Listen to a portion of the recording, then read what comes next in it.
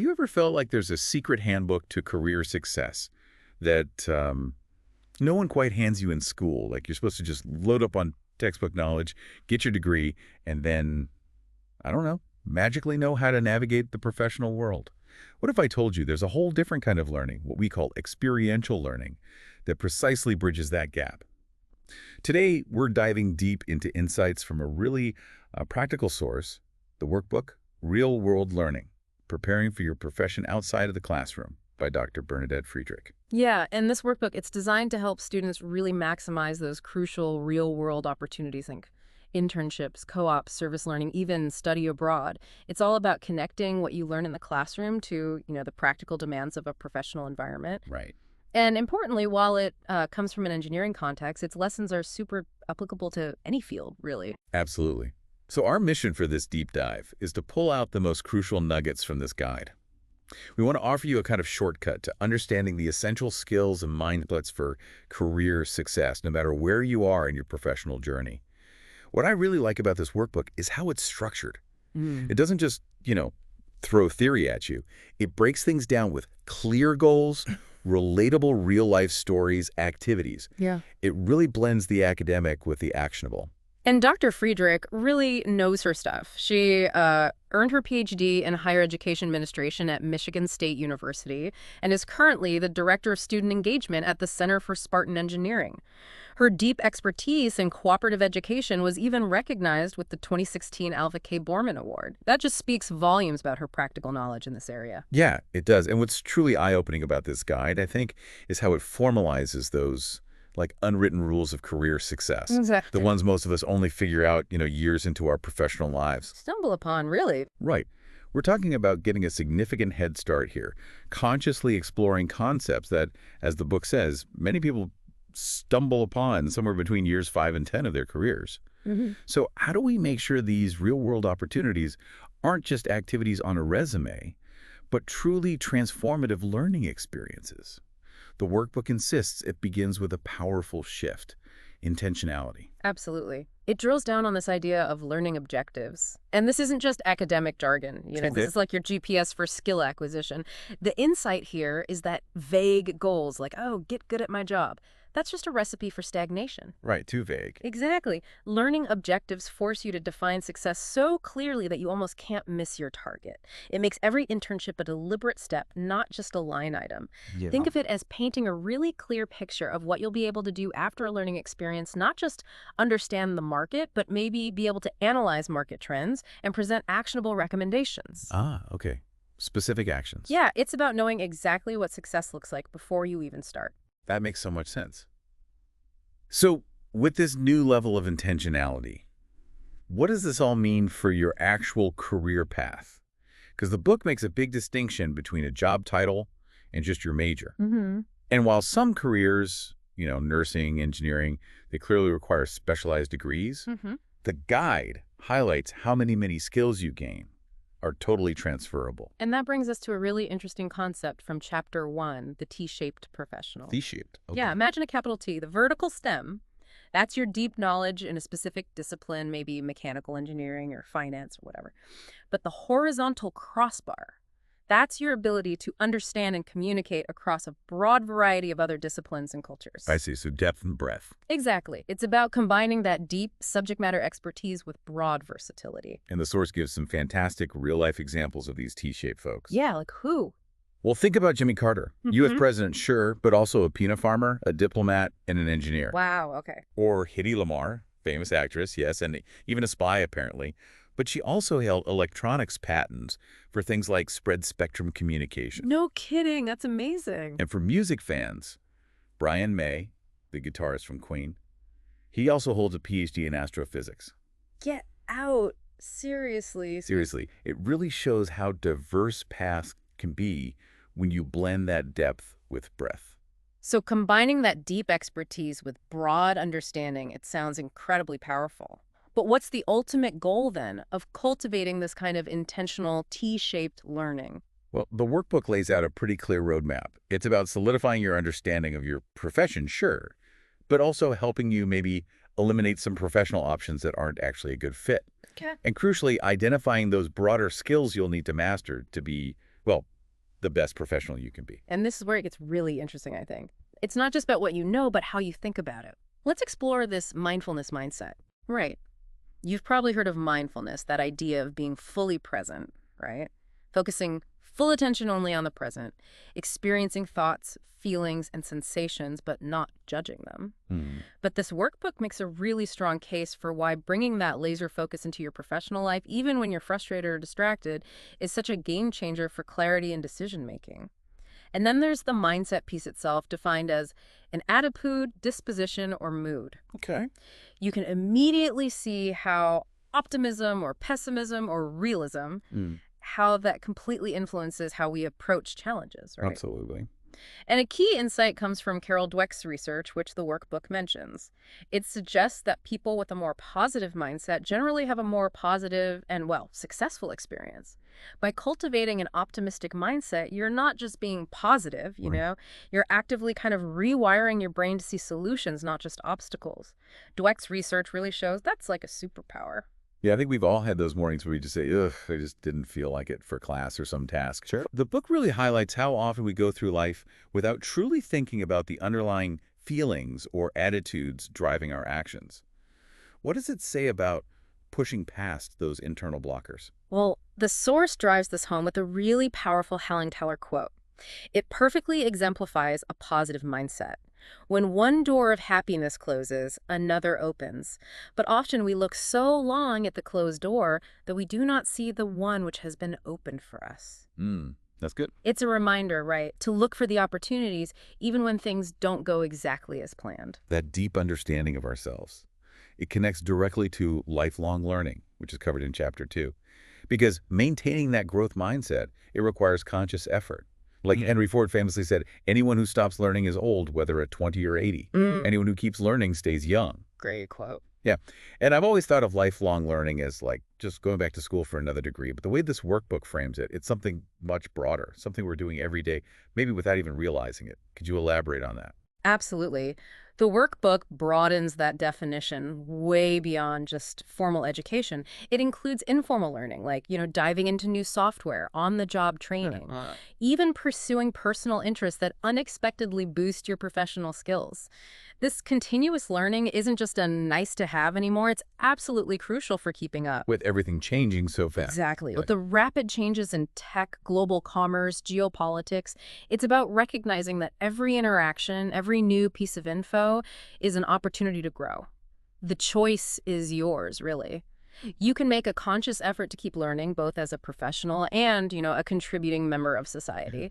The idea isn't just working hard, but definitely about working smart. Okay. Let's shift gears a bit. Let's talk about the practicalities of the professional world, starting with expectations, what you expect, and crucially, what others expect of you. Right. Chapter 5 highlights the huge impact of expectations. The book explains that our expectations influence the mental state we have going into the activity. Makes sense, right? And that unrealistic expectations can cloud the experience. What's really compelling is the research showing that those who have realistic expectations of any event are more likely to report a positive outcome. This links directly to that concept of a self-fulfilling prophecy. If you go in expecting something negative, you might sort of unconsciously make choices that lead there.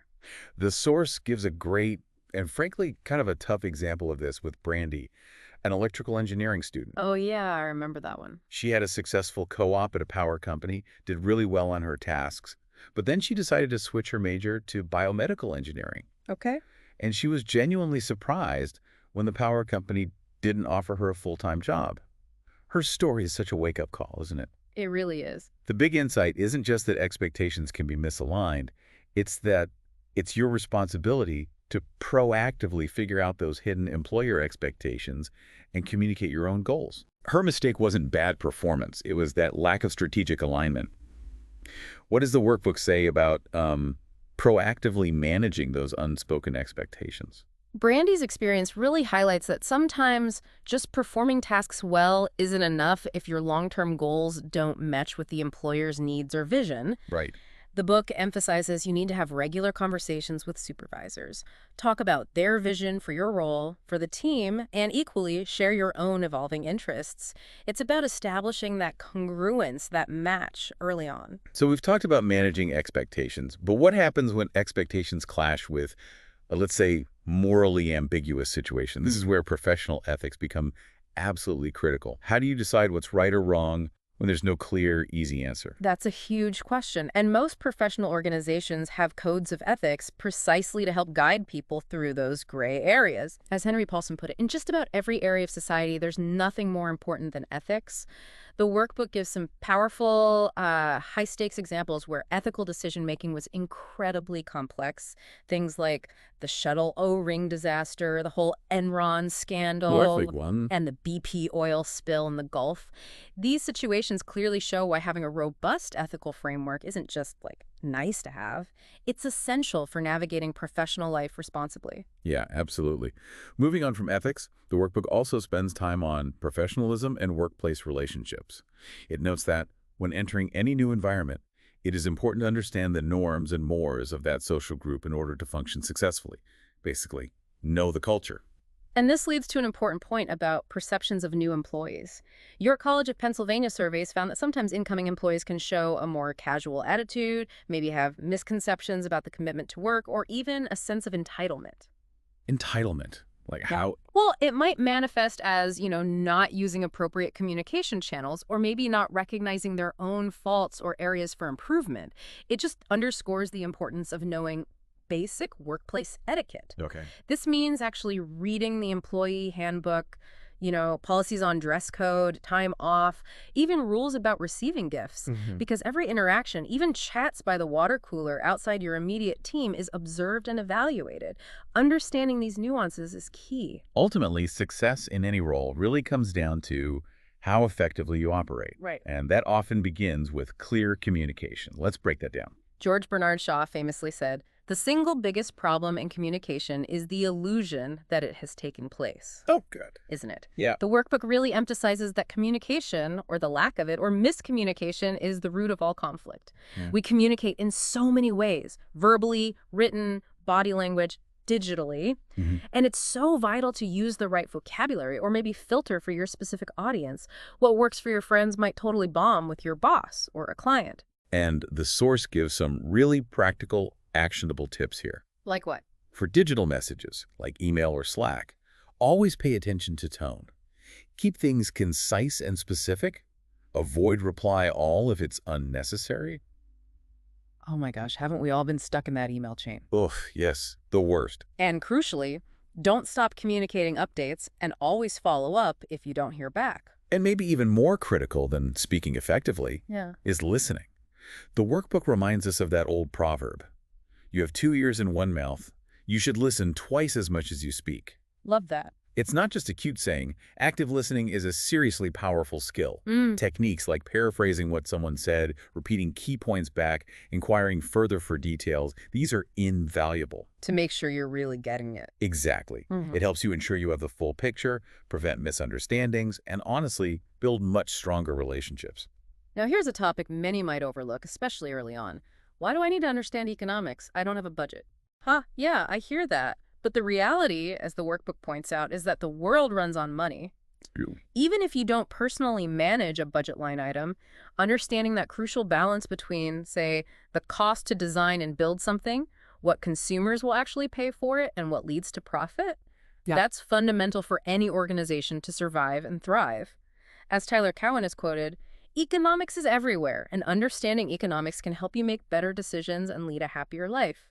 It's about knowing the financial ecosystem your work lives in. That makes sense. And to illustrate this, the source uses a great analogy.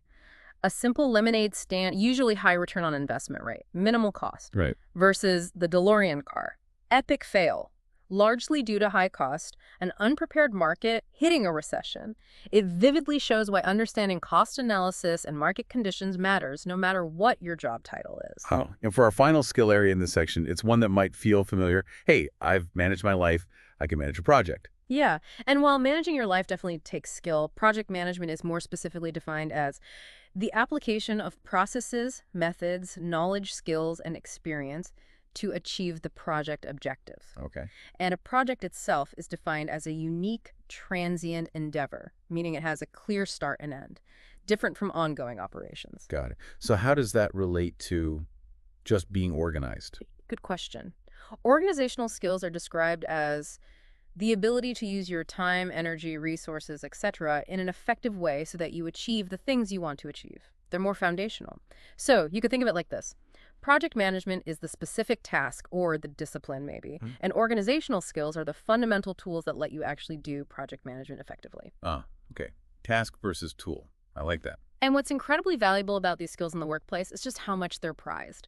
As the author notes, having someone on my team who is organized and focused is a huge bonus. It often leads to rewards, promotions. Makes sense. It truly reinforces that idea again. Work smart, not hard. So the message is, if you've successfully navigated student life, juggling deadlines and activities, you've already developed crucial organizational skills.